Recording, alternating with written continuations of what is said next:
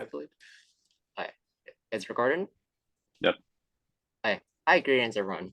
My name is Solomon, and I am your VP of Grad Affairs. I'm Jude, and I'm the MedSci director. And we have Dr. Hussein here, going to give a lovely presentation about his journey to medical school from an undergrad at UTSC, and then his residency in the States, and then being a doctor now. So, Yeah, excited to meet you all. It's been a nostalgic event for me so far. So before we begin, we would encourage you guys to turn on your cameras for this event. No worries if you can't, but it'd be great to be able to see your faces. We're glad to have Dr. Hussein for his wonderful insights as a fellow alumni of UTSC and now a family medicine doctor. So Dr. Hussein, please feel free to take it away. Sure. Let me first share my screen so I can get my PowerPoint on here. Can you guys see my screen? Is everything okay? Yep. Okay, cool. So yeah, hey, my name is Atif Hussein. The reason why I did this presentation, it's called Pathway to Medicine, is because I was in your shoes not too long ago. I was a UTSC alumni. I graduated in 2015, and I was also on BIOSA. The last year I was on volunteer charity. That was my role. And so I was like so confused when I was an undergrad of like what I'm supposed to do to get into medicine. Because, if you're a biology student, that's all the hubbub to get into medicine. And so now that I finally, went through med school residency and just started my attending job, I was like, why don't I do that? Just talk to people who are in my same shoes, like not too long ago.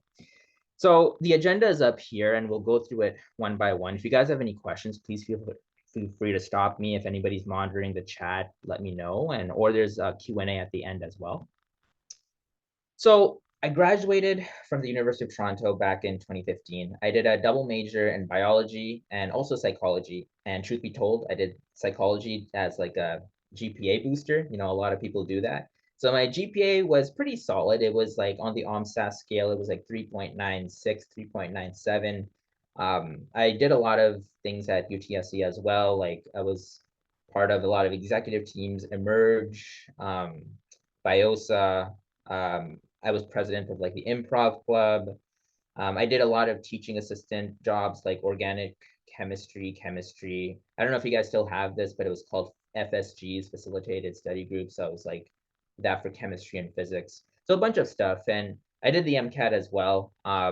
And to this day, I have taken multiple licensing exams, multiple board exams. I'm licensed in family medicine. To this day, the MCAT was still the hardest exam I've ever taken in my entire life, to the point where I graduated in 2015 and I had to take a gap year because I was not matching into medical school in Canada or the America. At this point, starting from second year, I had started taking the MCAT. It was 4 times that I took the MCAT, and I would score like 99th percentile in the biology, physics, chemistry sections, but for the life of me, I could not figure out the verbal reasoning section, which I think it's called CARS now, the reading comprehension. I was like, reading so many books, like I just don't get it, man. Like why? Like why is this the limiting factor? Um, so at one point, I figured that like I just literally didn't know how I didn't have that neurons. I didn't have the IQ to do this verbal reasoning section. And let me tell you, it does not translate into you being a good or bad doctor at all. It's just another test for people to weed out medical students.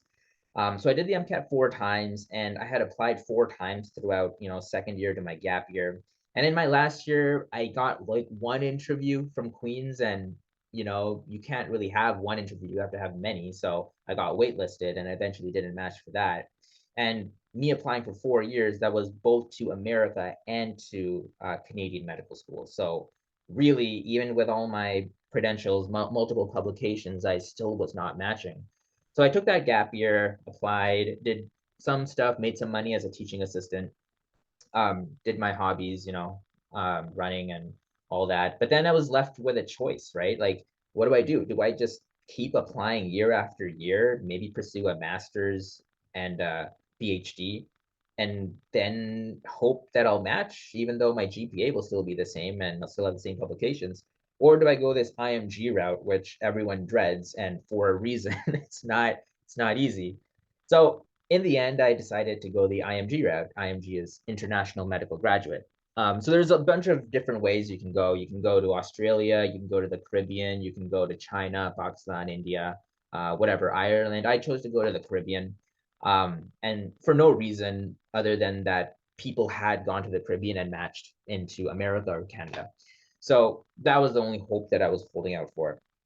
But it was interesting because I went to St. George University, and this is a university located in the Caribbean. But the first year, they actually let you go to Newcastle, which is really cool because Newcastle is in United Kingdom, and you have a much smaller class line akin to an actual medical school of, like, 80 to 90 students in your class. So you become best friends with 80 to 90 students, and during your weekends the flights are so cheap that you actually get to travel to Italy, France, like Belgium, like all these places. So this year was the highlight of med school. And the second year was different because you're flying to Grenada, which is a tiny island north of Venezuela in the Caribbean. So it's hot. You're killing cockroaches before your exams. There's like Oreos are a delicacy. You're eating rice, cabbage. Like there's not much on the island to do except study, and it's really hot. The AC is blaring. But anyways, the first and second year are basically very book intensive. So whatever you've been doing in university, studying for exams and doing tests, it's basically like that, but on steroids, because it culminates in you doing a licensing exam for America called USMLE, the United States Medical Licensing Exam. There's 3 steps to this, but in the end, like step 1 was the most important back then. It's not so important now. There's other things going on, but eventually this is a very long exam. It's like 10, 11 hours, and each question you're like second guessing yourself. Um, so that was really important because your mark on this exam determines your entire life going forward. If you score a few points lower, you cannot do, like, say, surgery. If you score a few points lower than the average, you don't match and you're out of medical school. Like, it's that tough. And then say you got through it. My third year medical school was when I actually started feeling like, a physician, a doctor, because, it was in New York City, the hustling, bustling city, and you're, interviewing patients, you're going through different rotations on the wards, internal medicine, surgery, you're in the surgical ward. You're seeing bones being broken in the ICU unit, pediatrics. So you're actually talking to patients for the first time and using your medical knowledge. But this is the hardest year of medical school just because you're actually trying your best to impress, like, the physicians or attendings to get their reference letters to match into residency. But you also don't know what you're doing. So it's kind of really tough balancing both acts. Times like these, I remember like coming back from my surgery rotation, like dead at 11 p.m. And then I would have to wake up at 4 a.m. the next day. So I'd have to take the 3 a.m. bus. And I did that for like 4 months straight. So it was kind of wild, but like you do what you have to do. And then fourth year comes along and it's similar to third year, but now you're a bit more seasoned as a medical student. You can make a bit more decisions. You have some medical knowledge to be able to help the patient. So you're doing that in the hospitals, but you're also traveling across America or Canada or wherever you want to match into residency, doing your interviews in whatever specialty you've applied to, which can get exhausting, but some of them offer video interviews now ever since COVID happened. And so I actually matched into family medicine in Connecticut, which was actually my #1 choice. It was always family medicine, which I'll talk about what the benefits of that are. Residency is basically after you finish medical school, you can't work yet. You have to do a specialization, whether it's neurosurgery, orthopedics, pediatrics, family medicine, internal medicine, and it's variable. For me, it was 3 years. Other people, if you do like neurosurgery, it's something crazy like 10 years. So here you hone your skills. You work in a clinic, you do your ultrasounds, you do your blood sticks.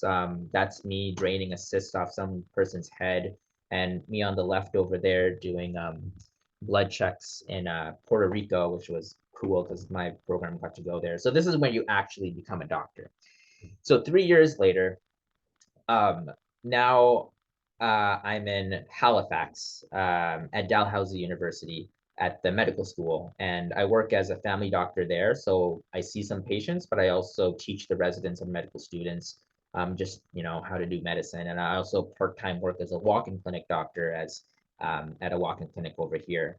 And I'll explain why, like I'm at Dalhousie versus Toronto, but it is because of the IMG route, because it takes a little while to process your documents, specifically in Ontario, whereas some of the maritime provinces and British Columbia are way faster and you can start right away like you were always in Canada. So talking about the challenges of medicine. So I will always say, even as an IMG, if you match into Canada in any way, any medical school, even if you think it's not a good school, like that is top tier. Like you can do no wrong if you get into a Canadian medical school. Like I swear, you can be like, you can have struggles in medical school in Canada. You can have financial difficulties, but there are so many safety nets in Canada that you will succeed. Once you match into Canada, like your life is set. There is, unless you really like do something wrong, if illegal, then you're sure you'll get fired or expelled. But the number one goal is to match into Canada. And if not Canada, America. Those medical schools, you are relatively set and you have a lot of options open. But the problem is, like, as you guys have noticed, if you guys have even tried applying, is like, can you match, right? Like, there's only so many medical schools, and I'm sure you guys have stellar, marks. You probably have 4.0s, crazy MCATs. Who knows, like maybe published in Nature or whatnot, but you're probably applying and like not even getting interviews. And honestly, like at some point, I realized they're like just literally just throwing darts. Like everyone has 4.0s, everyone has great MCATs. So what are you supposed to do? Like just wait until something happens? Like you're wasting your life, right? So, or you can go the IMG route, but the problem with that is crippling student debt. And then the fact is you're very, very likely to fail out. So just to give you an understanding, I went to one of the better schools of the Caribbean, probably the best school if you were to go to an IMG route, but 2,000 people get admitted as first years, right? So they let anyone in. You have a terrible GPA, you have whatever, they don't even need MCAT. Let anyone in. Anyone that wants to be a doctor, they come in. So 2,000 students in the first year. So many that there's not even enough seats in the lecture hall to do that, for everyone to sit. But by the end of second year, there's only about 600 spots to match into third year clerkships. So imagine 2,000 to 300. Those like 1,700 people failed out. They still have to pay at least $200,000 in debt somehow, but now without an MD degree. And that's crazy to me. Like, I don't know what you're supposed to do in that case. A lot of people, like majority of my Facebook group, have people that try to do this IMG route and they weren't successful. So 90% of my Facebook feed is like people working in like McDonald's or like trying to do some research thing, but like I don't know how they're supposed to pay this all out. And then of those like 400 to 500 people who match into third year, I mean clerkships in New York City and whatever, half of that get into residency. So that's even scarier because attrition rate's pretty high. But I will say, once you match into residency, America, Canada, you're set. Like that is your equivalent of matching into Canada as a medical student. If you're a resident anywhere, you're equal. It doesn't matter if you're an IMG, it doesn't matter anything, you're fine. So talking about the debt, again, if you're a Canadian medical student, and even if you have financial struggles, there are ways that banks will approve you for a decent amount of loan to cover everything. But if you go the IMG route, the average debt, including all the travel costs, you have to pay for housing and everything, and this tuition is a lot. Even with like say a 80 to 100K scholarship, which I had, it was still like $300,000 to $400,000 that you had to pay. And I actually couldn't afford this, so my parents actually had to refinance their house and get like another mortgage, and it was crazy. Like we were living on fumes for like a year or two, and it was insane. And I was scared, like, do I match? Do I not? I wouldn't just ruin my own life, it would ruin everyone's life. And that's the scary part about being an IMG.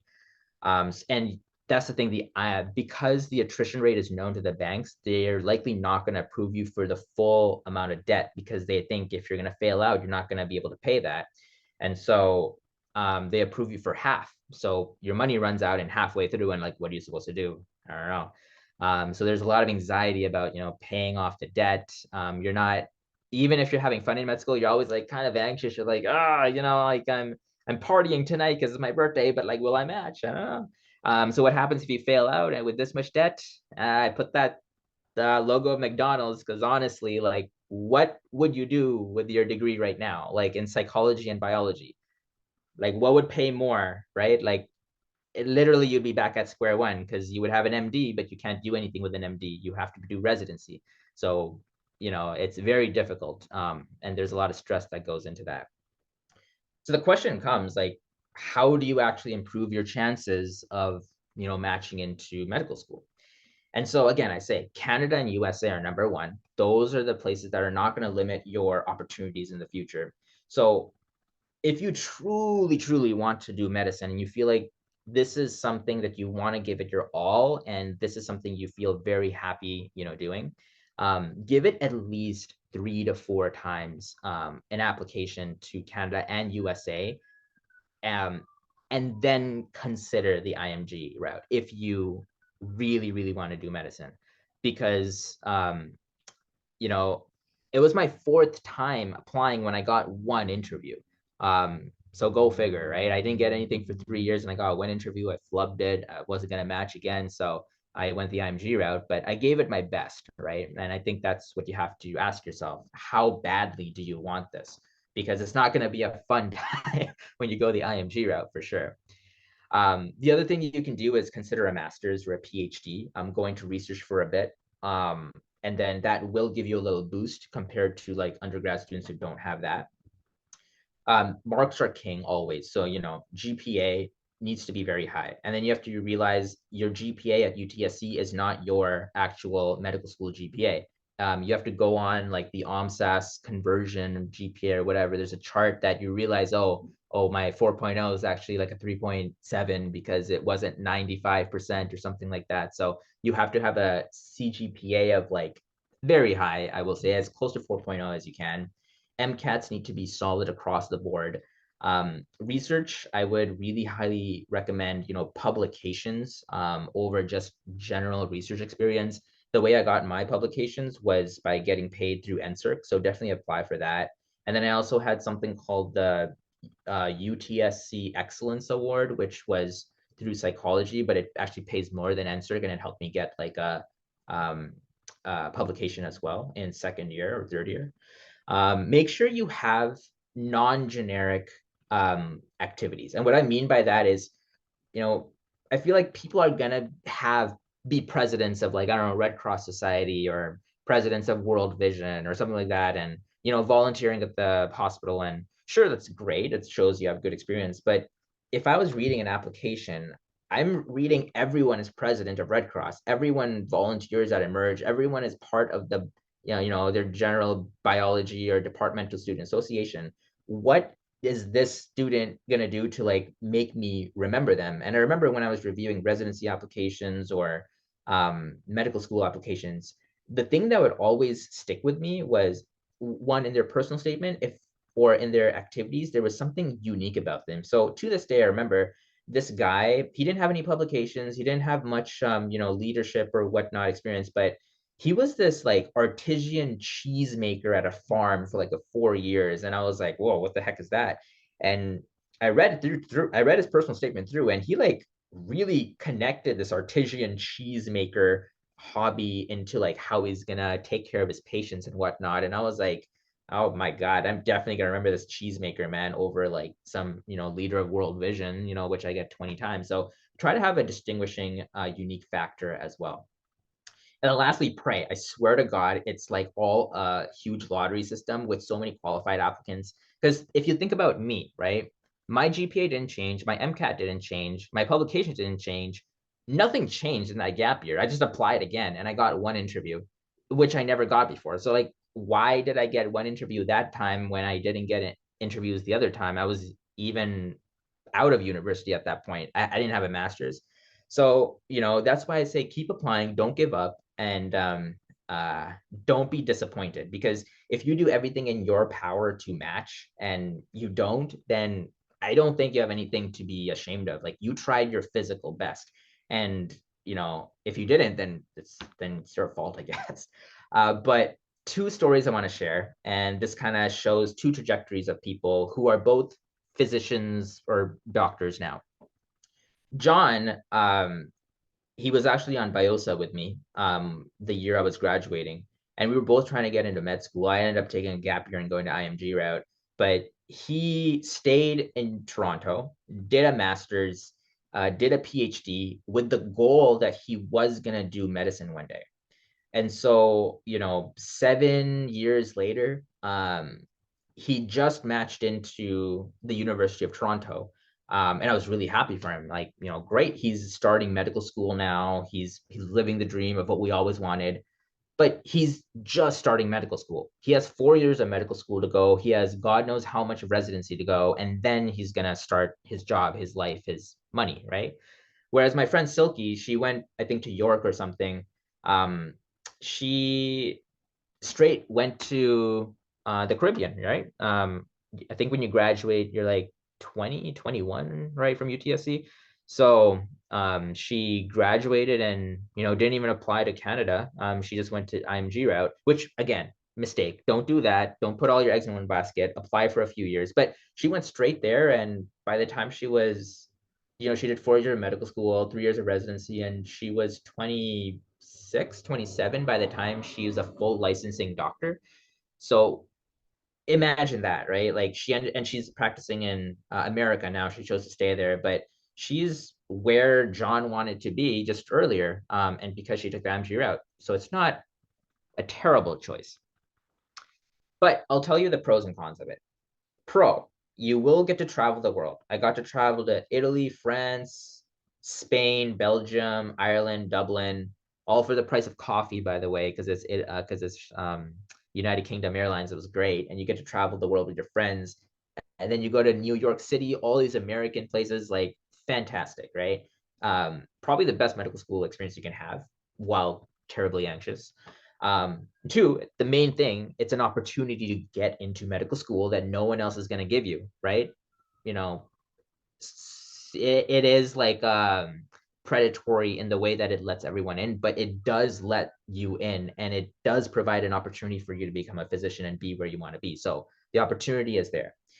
It's really great if you want to do family medicine and internal medicine, like general medicine, because those are the spots that are very available to Canada and America as well. And then you can become a doctor earlier, as was previously said. You can stay in America as well, which you really wouldn't have the opportunity if you were a Canadian physician, because it's kind of more difficult to go from Canada to America than America to Canada. And you can earn money faster because you're a younger physician and go from there. The cons, as I talked about, insane debt. Like, to this day, like, I'm still, like, I just started my job, so thankfully I'm paying it off, but I'm still paying off like a crazy amount per month of my interest and the principal. You're very likely to fail out, actually more likely to fail out and ruin your life than you are to actually match. But the caveat is there is an opportunity, and I'm one of the examples that made it. The competitive residencies will be very, very limited. So if you wanted to go into something very specialized like neurosurgery, orthopedics, dermatology, plastics, you're likely not going to match into that unless you have a very strong connection with someone to get reference letters. But those things I would say would be off the table coming as an IMG. And then it takes longer for your documents to be verified. So for instance, I'm going to come back to Markham, where I live, and practice as a physician, hopefully in December or January. But I graduated back in June. So all things considered, I should have been able to start in August if I was in Canada, a Canadian medical student or Canadian resident.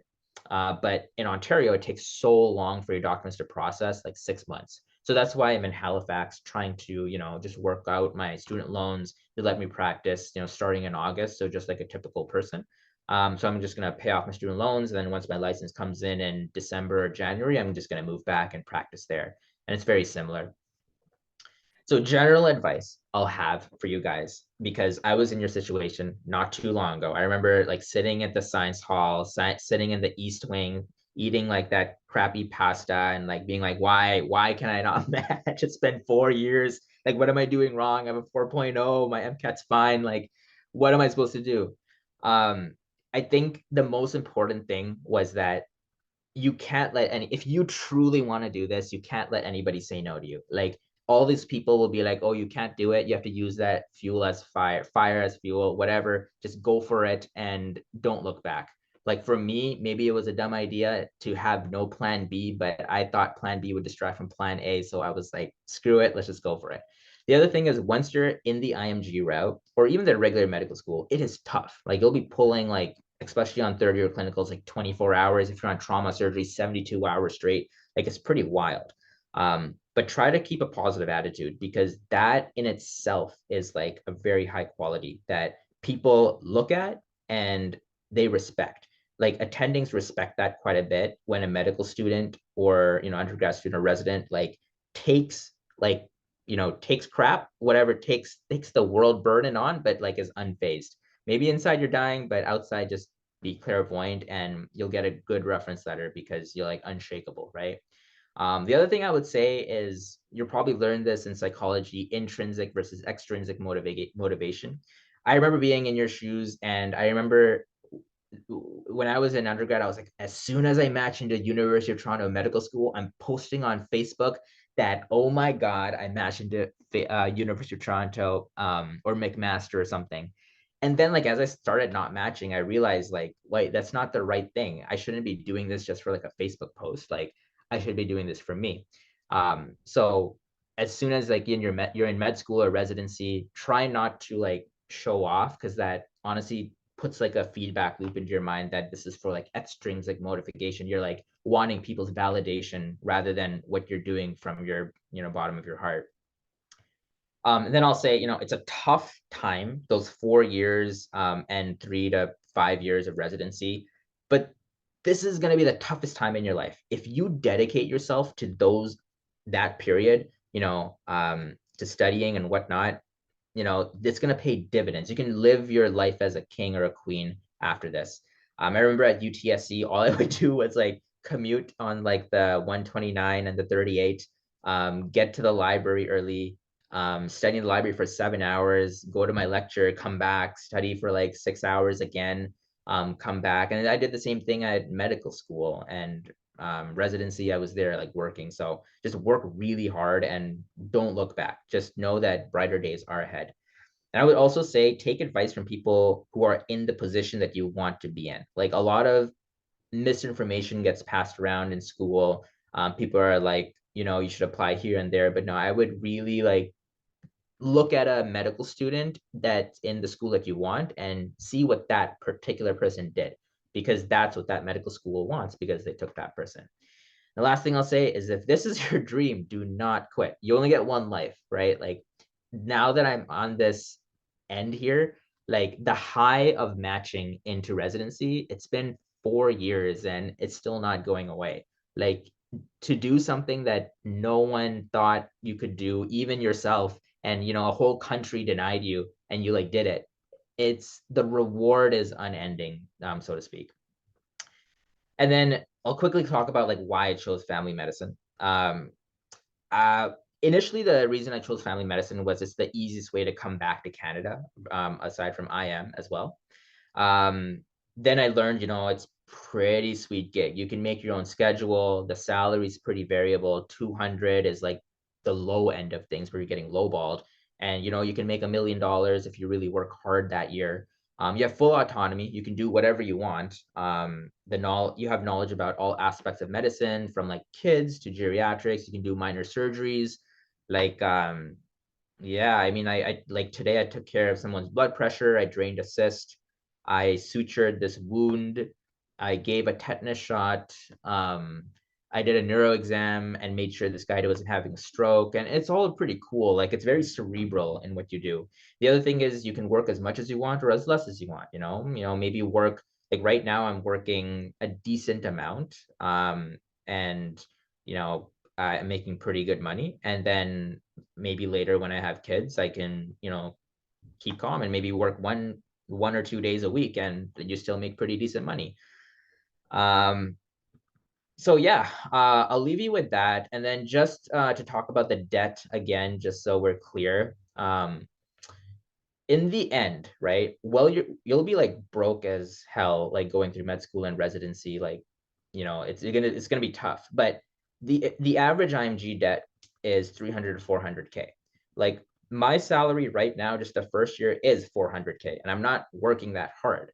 So like technically, you could pay off all the 7 years of insanity like in 1 year, right? And if you want to work harder, you can make like all that insane amount of money too. So it's not, in the end, I feel it definitely is worth it, but you just have to work hard to kind of get there. So yeah, with that, I'll just open it up to questions and just let me know if there's anything you want to talk about. Thank you for that amazing presentation. I know there's a question in the chat. What if your CGPA is not close to 3.9? I want to give Canadian US medical schools a try, but I have no chance. Yeah, I mean, it depends how close it is to 3.9. Because like I know my friend, he matched into Wayne State, which is in Michigan, which is an American medical school with a 3.8 something. But as soon as the farther you get from 3.9, it's like very difficult. Like if you haven't applied to medical school yet, I would still throw your shot in there and go, shoot for the, swing for the fences is what I say. But like it's kind of tough, like yeah, a lot of people are not matching with 4.0s. So definitely apply once or twice. And then because I know there's some medical schools that take the average of 2 years or something like that, and maybe it's a bump, but definitely I still apply to Canada and America. And if there's no hope, there's like nothing, you don't want to get anything for like 2 or 3 years, then if you still want to consider it, go the IMG route. But you have to take a look at yourself and see like that less than 3.9 GPA.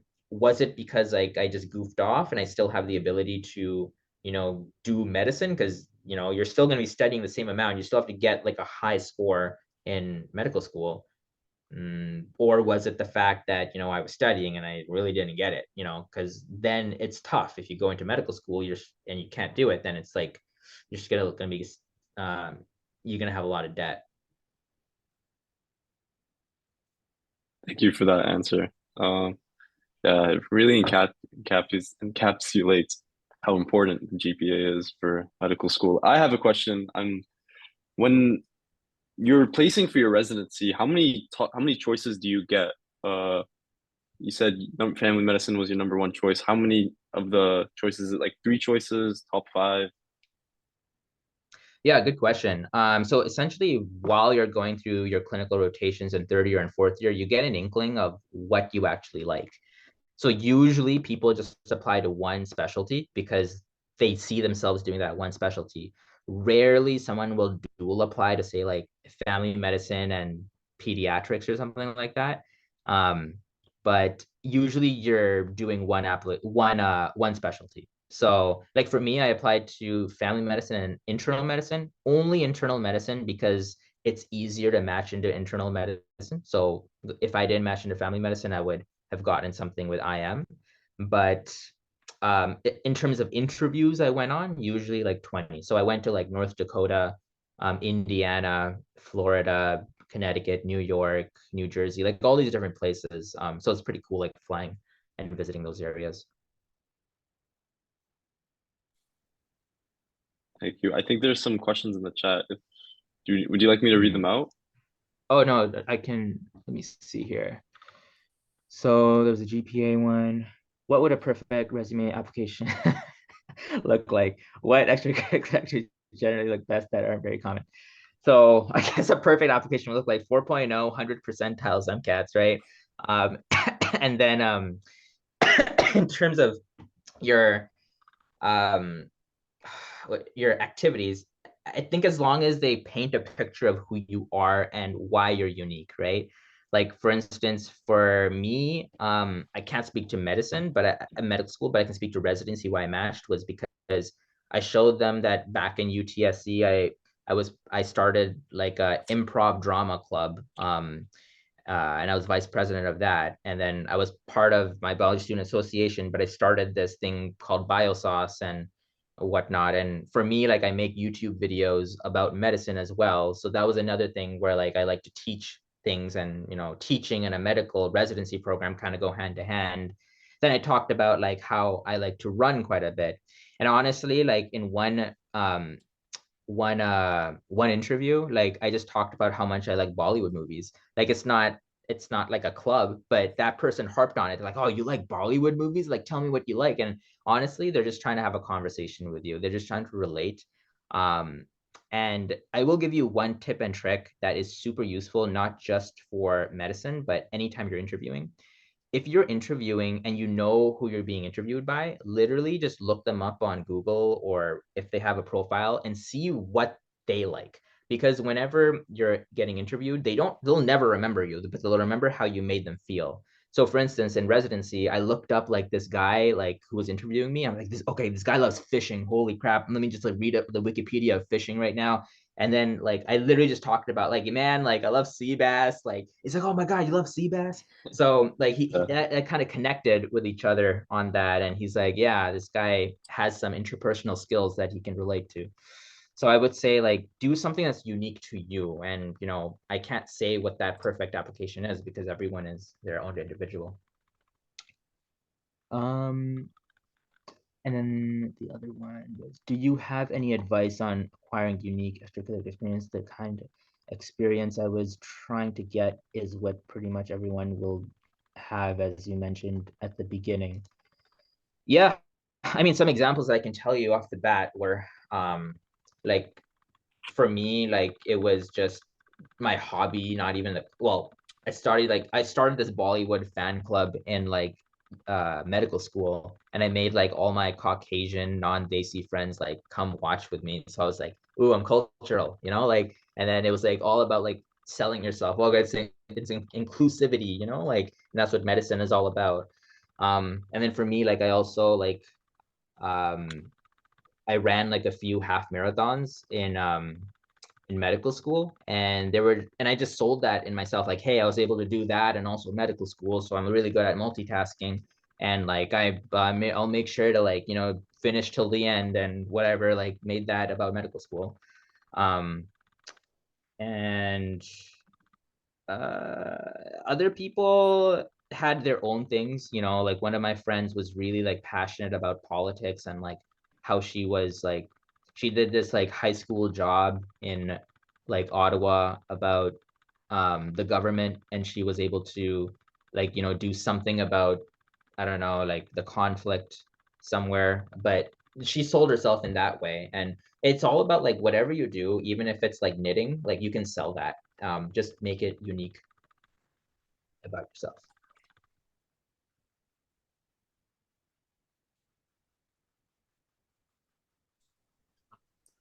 Going to maybe some of our collected questions from the sign up.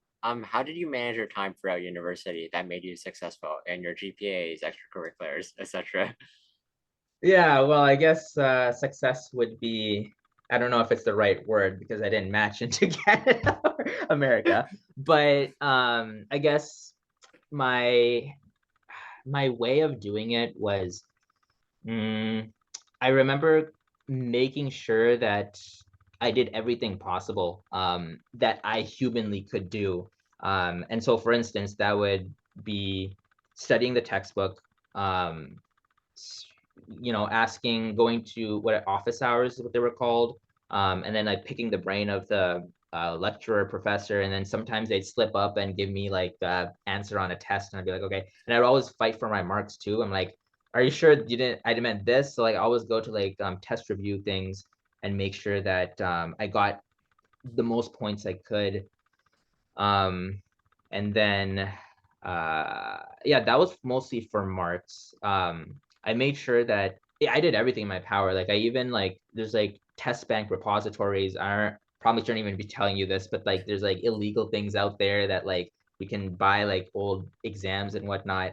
But I don't know if that's like strict now with AI. but I did everything in my power to do that. Everyone did. And then that studying the text, I remember for example, for organic chemistry, I remember doing the first lecture. I was like, I don't get stereo enantiomers. I don't even know like what they are anymore. But I literally, for the first test, I did every single question in the textbook as well as like online, to the point like I was dreaming about like stereoisomers, and I had basically memorized every like permutation of the actual pathway of the organic chemistry. So it wasn't even an IQ test anymore. It was like a memory test at that point, because I was like, I don't think I'm really great at like test taking skills. So why don't I use this memory technique to do this? And then so that was uh that was my marks. And then in terms of just being engaged, I saw what people above me were doing. Like if I was in first year, I wanted to see like what this smart second year was doing. And then they were like in Emerge, Biosa, and as much as you join other clubs, you get knowledge of like the inner workings of other people. The more you network, you realize like there's so much more out there, what you can do. Like I didn't know about like how you get research until like I met my friend who got into med school, and he's like, oh, I did this thing called NSERC, or like the UTSC Excellence Award, which pays 6,000 or 5,000 for the summer, and you get like a publication out of it. So there's a lot of things that I would say, to do. Be just very engaged in your UTSC activities on campus. And I'll say UTSC is a great school just because like it's small and you can actually be somebody. Like I remember like, do you guys still have FSGs going on? Yes. Yeah. I would highly recommend that, because like I don't know, I forget who the supervisor for that was, but she wrote me like a stellar like um um letter of recommendation, and it was really good, great experience that you can put like, hey, I taught people. It was like hundreds of people at one point.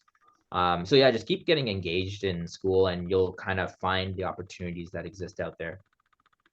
That's a wonderful insight. Thank you. I actually had a question myself. Given that you reviewed applications, was there any consistent mistake that you found people were just consistently doing in applications? Yeah. I'll talk about, well, if it makes it to me, they'll have like a baseline, good GPA, good MCAT, good activities. But the reason why I would often turn people down would be their inner voice. Like for instance, when I'm reading a personal statement, um, oftentimes people would come like they would come off as very like stuck up. They wouldn't be humble in any way. They were like for instance, one like personal statement started off as like, I knew I wanted to do medicine since I was 2 because my dad is a doctor and my mom is a doctor. And like, what else was I gonna do? I'm obviously gonna use my talents to help the world. It would be a shame if I didn't. And I'm like, wow, okay, no. But then there was this other like girl. She was like an immigrant, and she's like, I struggled hard to get there, and it would be a privilege to do this, and I would see nothing better than living my life in a way where I can empower people. And I was like, this person's really humble. She's like not doing it for herself. She's doing it for the right reasons. I will also say tailor your personal statements or whatever questions to that actual school. Like when I was applying to residency, I would look up the school's mission statements. So for instance, North Dakota was like, or no, Vermont was like, they loved wilderness medicine. They loved like going camping and helping people in ski accidents. So I upplayed that a bit in my personal statement. I was like, oh, I ski a lot. Blue Mountain is where I went. I even organized stuff with Biosa back in the days to go skiing at Horseshoe Mountain. So I was just like, I would say be very tailored and humble in the way you approach these people, because they've seen it all. They've seen like the people that are very stuck up, the people that are like born into richness, and the people that struggle to get what they want. And those are the people that are gonna truly see the patients for where they are, their level. Oh, we also have two more questions in the chat. Oh, sure. Let's see. So I'm planning on applying to American medical schools as a backup. Would you happen to have any advice on how to handle the financial aspect of pursuing school in the States, and is it worth the risk? If you match into an American medical school, like good job, like you're set, like do whatever you want. In fact, I would say you have probably better future prospects, because like America is way better for specialists if you wanted to do that.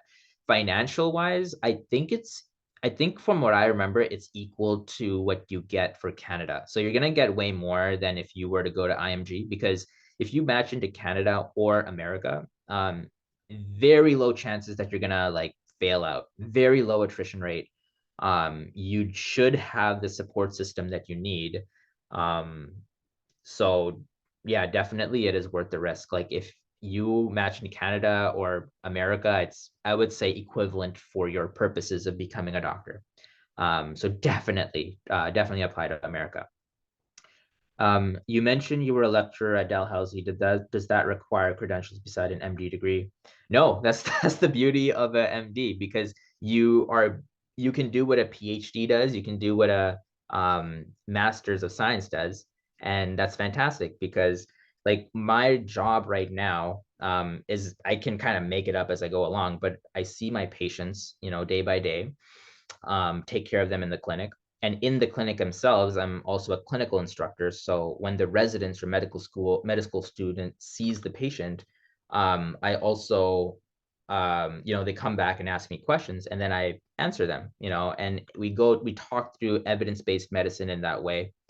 And then thirdly, you are able to lecture at the actual lecture hall if you choose. I'm choosing not to do that right now because it's not financially the best thing.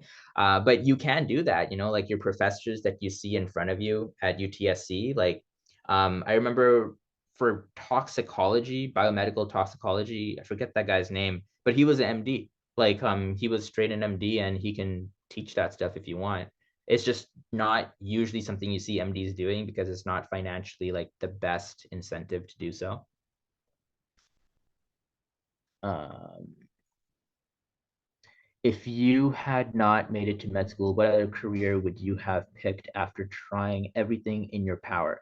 I have been passionate about going to med school for about 7 years, but I'm close to giving up and I'm not even close to getting it. Yeah, right in the feels. Trust me, like that's how I felt.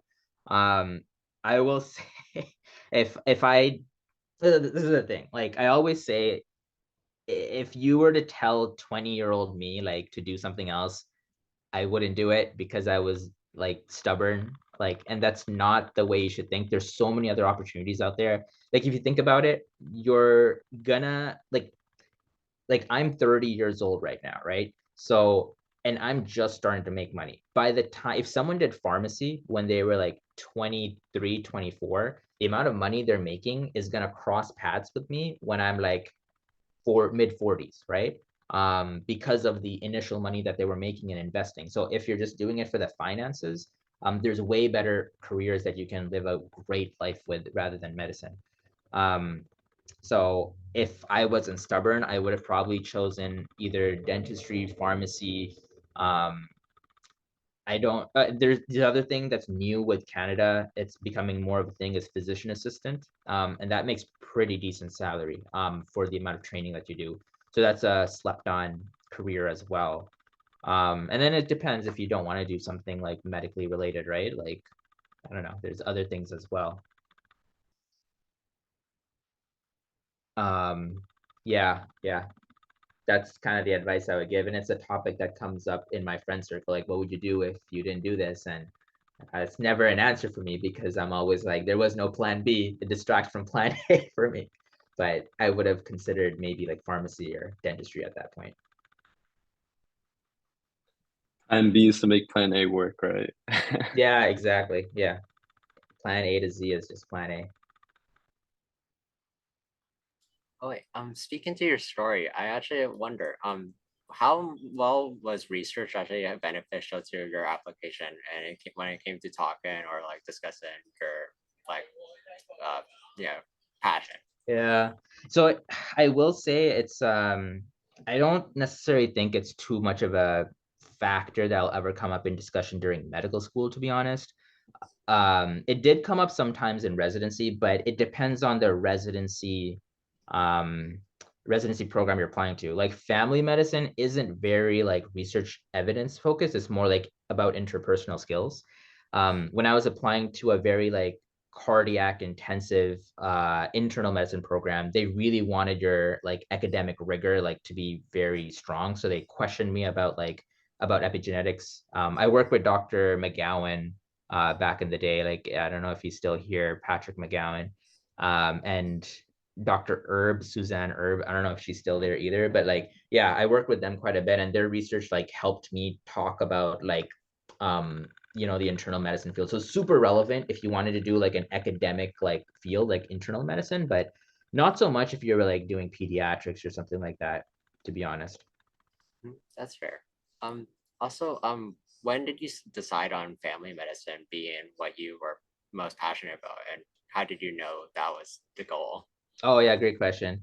So I had like a inkling in my mind about family medicine because my goal was always to come back to Canada. And I knew that majority of the people that do international would come back to Canada through family medicine. Every other specialty is very, very difficult. And already as a family medicine physician, it's difficult. So I was like, let's just do family medicine. And then as I went through my third year rotations, in my third year medical school, I realized, standing in the OR operating room for like 18 hours straight, wanting to pee, getting like urinary tract infections and like being yelled at by the surgeons was not for me. So I was like, okay, let's not do surgery. And then I was kind of like interested in radiology and anesthesiology because they make bank. There was this like very, very, very lucrative field, and it's like not a lot of effort that you have to put in. But then like with those fields, those are either very diagnostic or treatment focused. You don't really get the full aspect. You don't really talk to the patient. And somewhere along the line in med school and residency, I realized there is a beauty in actually helping someone, like you do go into this, it's funny to say, but like you somewhat lose yourself in med school because you're like, ooh, like neurosurgery, like, like it's cool.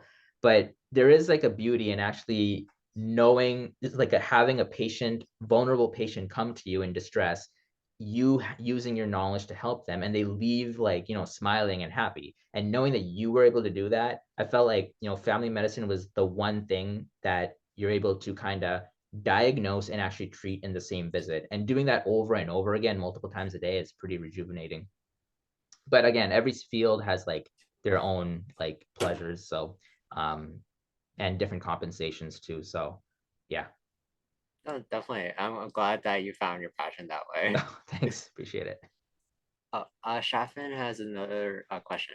Let's see. So what was your form of studying in university? I know everyone has different forms of understanding information, but how did it work for you? Good question. So I'll say I was never like a great test taker because I remember like on the multiple choice questions, I would eliminate it down to two. Then I'm like, God damn it. Like, what is it between the two? Do I 50-50 guess then get 50% on the test? But no. So what I did was I just literally just brute forced, memorized everything I possibly could. And what that meant was, going to the lecture, recording it on my phone, and then listening it back to the lecture on my like hour commute home, because it would all be congested and good delays. And then I would put the PowerPoint slides on my phone. So on my 1 hour commute back home or to school, I would do the lecture 3 times. So on my way to the lecture, I would review the PowerPoint slides kind of briefly to prime my mind of what the lecturer is going to say. And then when I am in lecture, I'm like paying attention. I tried not to even take notes because that was like distracting. So I would just like pay attention to what the lecturer was saying. And then I tried to understand it and ask questions in the moment. So I would understand the concept. And then afterwards, I would review the slides again for the third time and to make sure did I miss anything, right? And then I think my number one mistake was actually taking notes, to be honest, because notes was like, I didn't understand it in the book and I'm not going to understand it in my notes. So like, what's going on? Like, I need to understand it the first time so I don't waste time taking notes.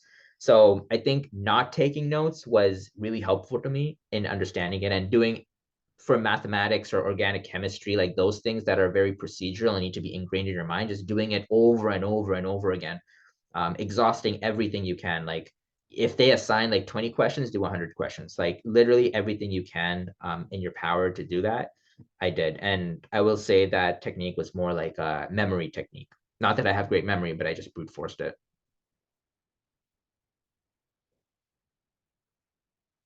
Oh, and also stay studying in groups too. I didn't do that because like UTSC isn't very conducive to like group study is what I found. But if you do, because it's a commuter school, but if you do happen to find a solid group of friends that don't distract each other and are actually about studying, you'll learn from each other as long as you have like one person smarter than you in the group.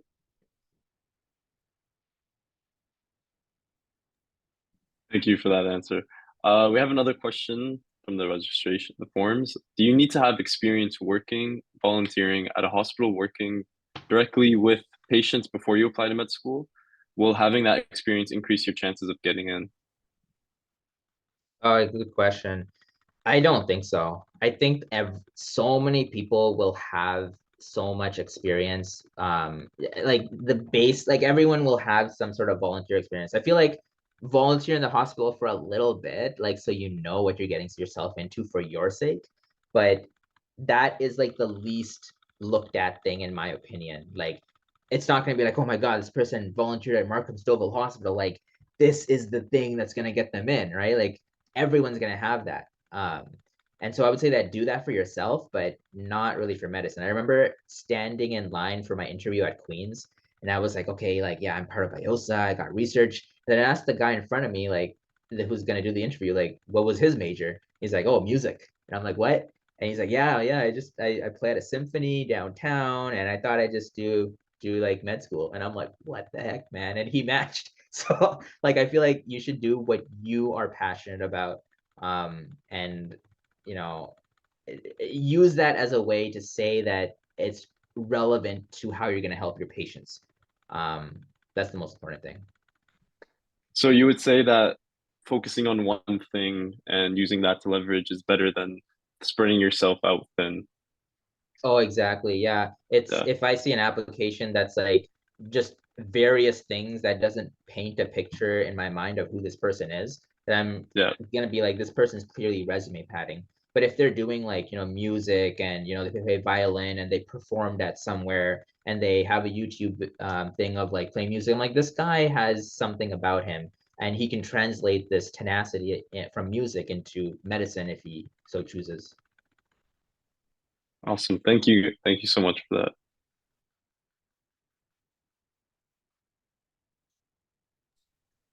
Expanding on to another question that was in our form. What courses did you find helped you when it came to your MCAT? Or are there any courses that you would recommend and advise students to take prior to taking it? Good question. I felt like the chemistry, biology, like all that was high school level. So I don't like there's some people that don't even take like the courses relevant to do and do okay. You can probably study from the actual MCAT books and get it done. So I don't maybe organic chemistry, like take it if it's not going to destroy your GPA too much.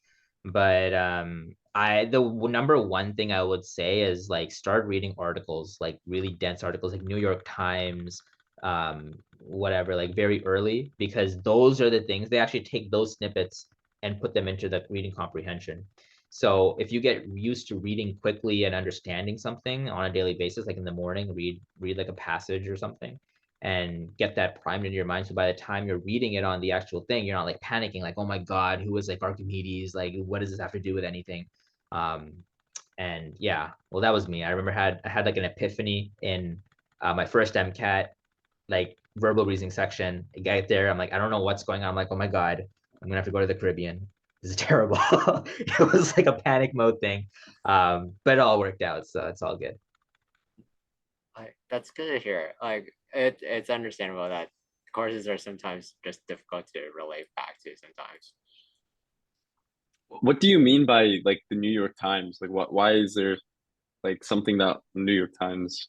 Yeah, so I think it's the writing prose, like New York Times, and there's other ones as well. Like it's definitely not the Toronto Star, but there's other ones that are very like densely written to the point where it's kind of hard to sift through the information. But that's kind of the passage that's actually going to be on the thing. So I feel like I remember like I just typed in like MCAT, I don't know, like a reading list or something, and there was like a bunch of books on it. books that you can read, but also like news articles that they recommend that are dense, like lengthy in a way that you should be able to understand the point of it. But those were good practice for the actual reading comprehension. And some of them, like Toronto Star, are just very to the point, which is not like how the passages are written.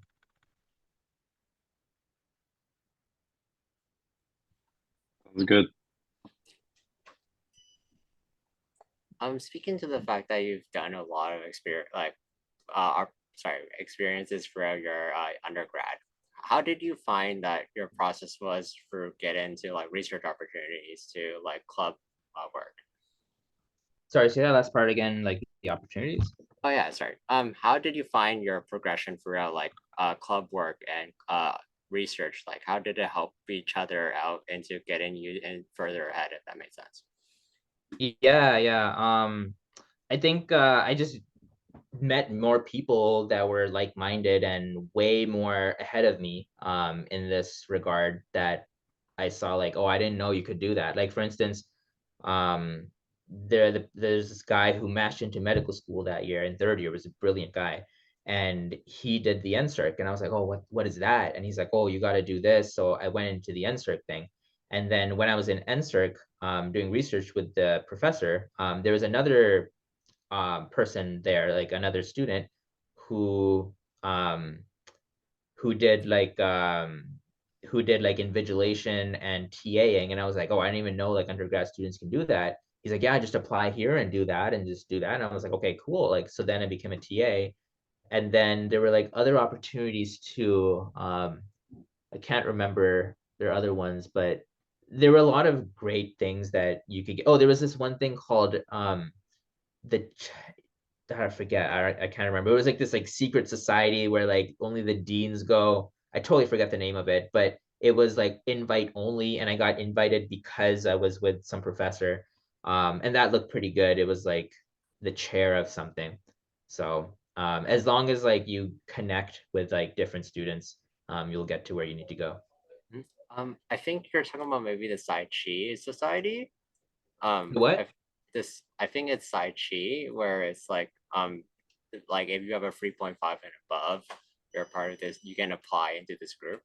Oh no, it was like only like one or two students in the Oh, school. So I forget. It was something about the dean, and they talk about like budget meetings, but it looked good oh, on the resume. that's awesome. Okay, Yeah. cool. Thank you so much. If there's no more questions, are there any more questions from any of the audience? Otherwise, we also don't want to hold up your time in case. That's all good.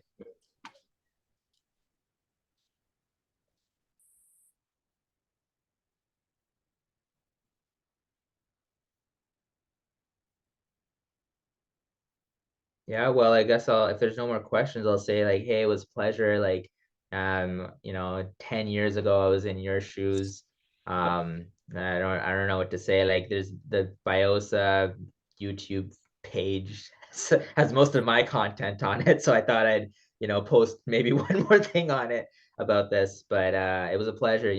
Maybe when I'm back in Toronto, I'll definitely, come by. There's one last question. Is there any way we can contact you?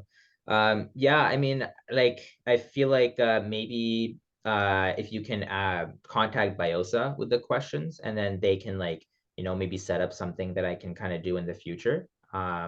Or else like my email gets filled with spam and everything, so I may not read it right away. So probably like talking to Biosa, and then we'll keep in contact, and that may be the best way. But I'll be in Toronto, so just type my name in and come by my clinic, I guess. Well, when you're Yeah. back in Toronto, we would love to give you a tour of the new UTSC, because there's a lot been going on in the past 10 years. Sure. Yeah, Um, of course. Yeah, there's been a lot of renovations and developments, like new buildings. Hopefully, you'll be interested in seeing all that come out. uh, But thank you for everyone's attendance, and thank you again for being our wonderful speaker, Dr. Hussein. Your insights are invaluable, and we wish you all a good night. Thank you so much. Oh, awesome. All right. Thank you, everybody.